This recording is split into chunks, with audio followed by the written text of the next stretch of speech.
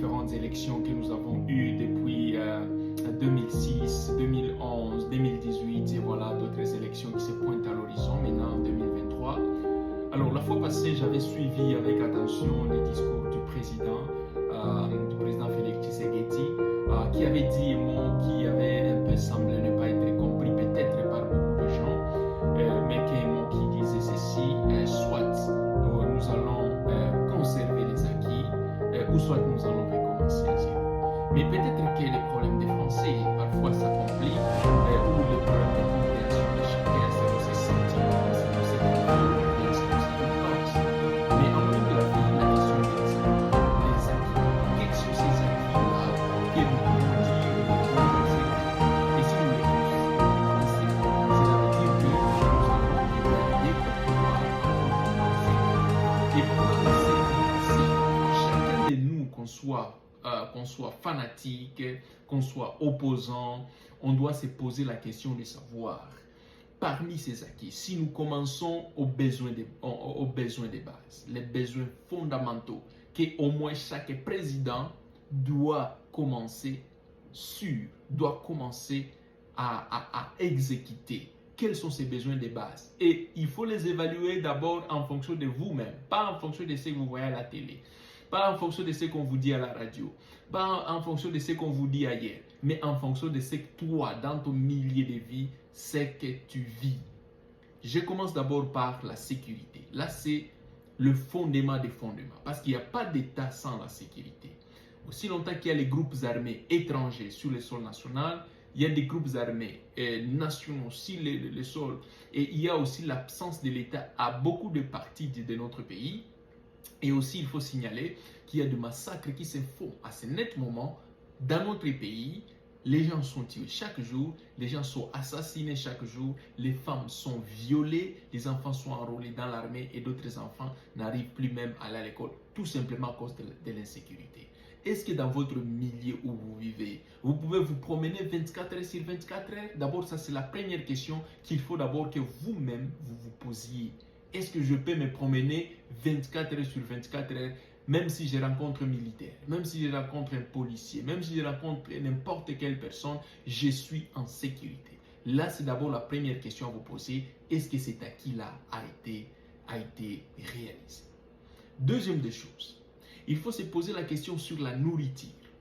Parce que quand tu es en sécurité, tu as besoin de manger. Tout le monde a besoin de manger.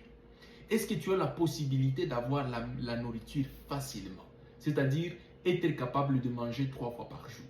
Ou s'il faut comparer, qu'est-ce que tu as mangé, comment tu mangeais pendant que Kabila était au pouvoir et comment tu manges maintenant comme Tshisekedi a été au pouvoir pendant 5 ans?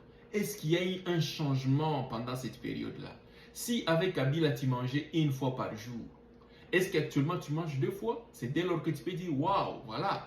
C'est un acquis parce que je mange déjà 2 fois.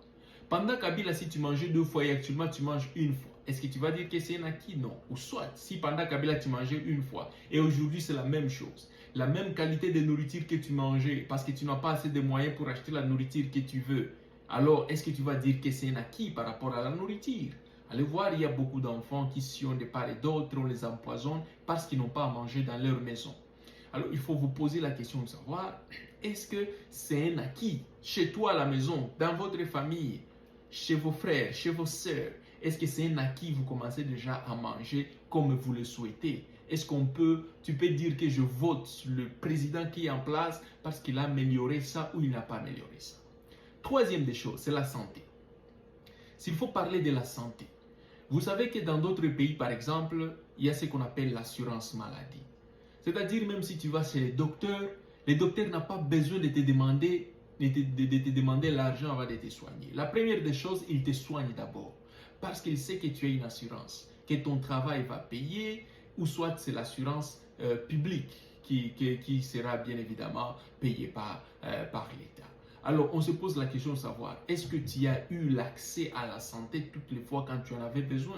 Où il fallait aller t'emprunter, où il fallait aller demander de l'aide par-ci, par-là, ou il fallait juste aller à l'hôpital et te laisser pendant longtemps, interné à l'hôpital, même quand tu es guéri, et on ne te donne pas l'accès de sortir tout simplement parce que tu n'as pas assez de moyens. On a vu beaucoup de gens fuir l'hôpital tout simplement parce qu'ils n'ont plus une autre option. À un certain moment, c'est déjà 6 mois ils sont dans l'hôpital pendant qu'ils devraient y être peut-être pendant des semaines. Et alors, est-ce que chez vous à la maison, chez vos parents, chez vos frères et sœurs, est-ce que vous avez eu accès à la santé? Toutes les fois quand il y avait mal de tête, est-ce que tu pourrais aller au dispensaire sans crainte de dire que je vais manquer de moyens pour aller à l'hôpital? Il y a beaucoup de gens qui s'empoisonnent eux-mêmes parce qu'ils n'ont pas de moyens pour aller à l'hôpital. Ils font leurs propres médicaments, sans dose, sans maîtrise des doses et consorts, tout simplement parce qu'ils n'ont pas cet accès-là. Est-ce que tu as eu cette possibilité-là d'aller à l'hôpital toutes les fois quand tu en avais besoin? Alors, si tu n'en as pas eu, est-ce que tu vas dire que vraiment pour toi c'était vraiment un acquis? Alors, s'il faut maintenant parler des logements, c'est devenu une casse-tête. Je donne le cas de notre ville, de la ville de Bukavu. Le loyer, c'est devenu un problème vraiment énorme. Les maisons montent de prix en prix chaque jour. Alors, est-ce que tu vas te dire que dans ton quartier où tu vis, tu as l'opportunité de vivre dans une maison qui est confortable? C'est-à-dire, quand il y a la pluie, tu es bien protégé, tu n'as pas peur de dire que comme notre maison est trouée, comme il y a des caniveaux qui passent à travers notre maison, il n'y aura pas une inondation qui va engloutir la maison, tu vois? Est-ce que tu n'as pas peur de ça? Il y a d'autres personnes qui ne dorment même plus quand il pleut directement. Tout le monde doit se réveiller pour préparer des sachets à mettre ainsi par là pour se protéger contre la pluie, tu vois, pendant qu'ils dorment. Donc, même si il était dans le profond sommeil, il doit se réveiller pour qu'il voit